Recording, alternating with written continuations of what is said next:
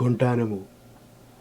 ഇവിടെ സമയം ഇഴയുന്ന ഒച്ചല്ല, മിന്നിപ്പായുന്ന തേൻകുരുവിയല്ല, ഇലപ്പച്ചകൾക്കിടയിൽ കുടർന്നു ജ്വലിക്കുന്ന പൂവിൻ്റെ രക്തമല്ല, അടിവയറ്റിൽ കുടുങ്ങിയുണരുന്ന ആദിയാണ്. കണ്ണിൽ നിന്ന് വാർന്നു പോകുന്ന കാഴ്ചയാണ് അത്. സൂചികൾക്കും സൂചകങ്ങൾക്കും പിടികൊടുക്കാതെ വെയിലിൻ്റെ നിലവിളികളിലേക്ക് ഊർന്നു പോകുന്നു.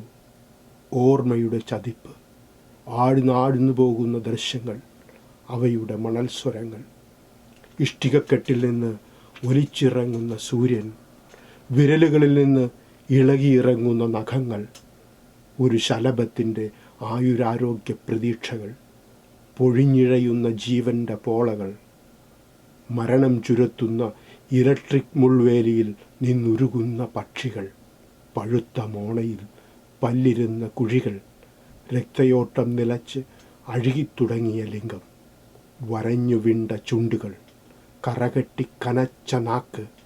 ഇവിടെ സമയം ഇഴയുന്ന ഒച്ചല്ല, പുറത്ത് ലോഹമതിലുകളിൽ തീ പടരുന്നു പക്ഷികളുടെ ബാർബിക്യൂ.